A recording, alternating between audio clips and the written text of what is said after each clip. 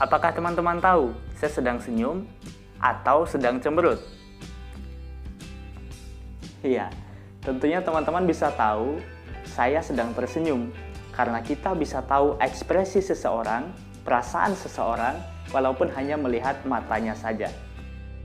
Di video kali ini saya akan share bagaimana caranya kita bisa tahu isi pikiran seseorang hanya dengan melihat bola matanya saja. Kita bisa tahu apakah orang tersebut sedang merasa bosan, tertarik, sedang berbohong, atau berkata jujur saat berkomunikasi dengan kita. Kita mulai saja. Yang pertama, apabila bola mata melihat ke arah atas. Itu artinya lawan bicara kita sedang merasa jenuh dan bosan dengan pembicaraan. Kalau kita berada dalam kondisi ini, ada baiknya kita segera mengakhiri pembicaraan atau mengganti topik pembicaraan dengan topik yang lebih menyenangkan. Ini yang pertama.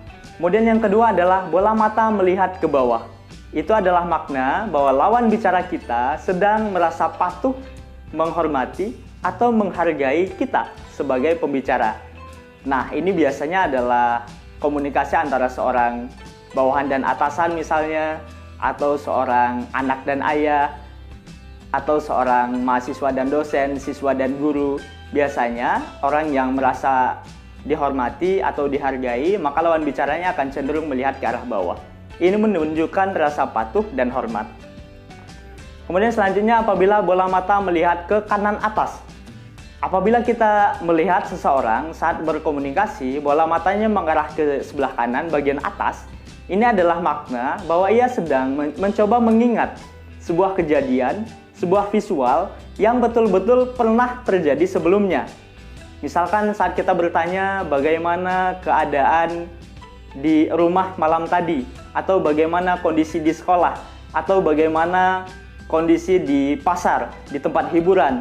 Saat orang tersebut berusaha menceritakan kondisi visual atau kejadian visualnya, maka orang tersebut akan melihat ke kanan bagian atas untuk mengingat kejadian-kejadian yang pernah terjadi tersebut. Kemudian selanjutnya adalah ke kanan tengah. Kanan tengah ini adalah makna bahwa seseorang sedang mengingat sebuah bunyi atau suara yang pernah ia dengar sebelumnya. Misalkan saat kita bicara atau bercerita tentang bunyi yang kita sukai atau suara yang kita sukai, bagaimana suara penyanyi yang kita sukai, maka bola mata kita cenderung akan ke kanan tengah. Ini adalah bunyi-bunyi atau suara yang pernah kita dengar sebelumnya. Kemudian selanjutnya kita pindah ke sebelah kiri. Apabila bola mata seseorang melihat ke kiri bagian atas, ini adalah pertanda bahwa ia sedang berusaha membuat visual atau kejadian baru yang belum pernah terjadi sebelumnya. Ingat, sebuah kejadian atau visual baru yang belum pernah terjadi sebelumnya. Ini adalah kecenderungan untuk berbohong, mengada-ada, menambah-nambah sebuah kejadian, atau menciptakan kejadian baru dalam ingatannya, dalam pikirannya, lalu berusaha menceritakan sebuah kejadian yang tidak pernah terjadi sebelumnya. Bola mata akan cenderung melihat ke kiri bagian atas. Kemudian selanjutnya, bola mata melihat ke kiri bagian tengah. Ini adalah tanda bahwa seseorang sedang mencoba membuat bunyi atau suara baru yang belum pernah terjadi dan didengar sebelumnya. Ia berusaha membuat suara baru, bunyi baru, yang sebenarnya tidak pernah terjadi sebelumnya. Ia berusaha mengada-ada, membuat itu dalam pikirannya, lalu mencoba menceritakan bunyi atau suara yang sebenarnya tidak pernah terjadi. Dua hal ini adalah bentuk atau usaha seseorang dalam berbohong ke kiri atas atau ke kiri tengah. Kemudian yang terakhir adalah bola mata melihat ke kiri bagian bawah. Kiri bagian bawah adalah kondisi di mana seseorang mencoba mengingat perasaan yang pernah ia rasakan sebelumnya.